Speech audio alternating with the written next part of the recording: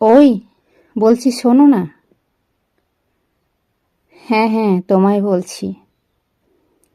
আমার কথা তোমার মনে পড়ে না? সত্যিই কি মনে পড়ে না? আমার না এই কথা বিশ্বাস হয় না। কেন জানি মনে হয় আমার কথা মনে না করে তুমি থাকতেই পারো না। তবে সবসময়ের মতো আমার ধারণা ভুল প্রমাণিত হলো।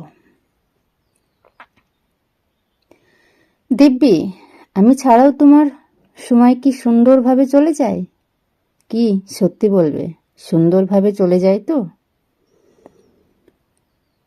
তাই না বলো? অথচ আমি ভাবতাম আমাকে এত সহজেই ভুলে যেতে পারে এমন ফলও আমি হয়তো বাসিনি তোমায়। এখন মনে হয় আমার ভালোবাসায় ও খামতি ছিল। হয়তো আমি সঠিকভাবে তোমার যত্ন নিতে পারিনি, বা আমি সঠিকভাবে তোমাকে ভালোবাসতে পারিনি। কোথাও না কোথাও ঘাটতি ছিল। নয়তো এত ভালোবাসা পেয়েও কেউ মুখ ফিরিয়ে নেয় নাকি? কি তাই তো? আমার ভালোবাসার নিশ্চিত কোনো ঘাটতি ছিল।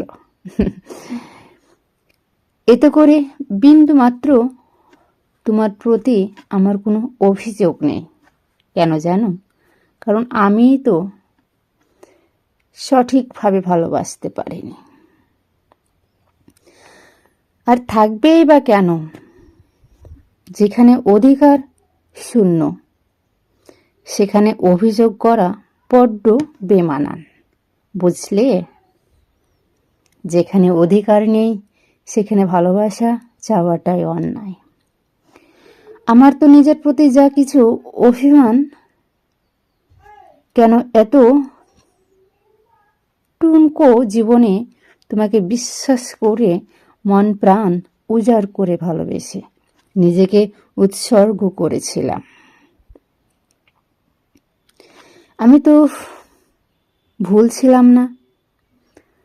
তবে কেন আমাকে বিনা দোষে শাস্তি পেতে হচ্ছে?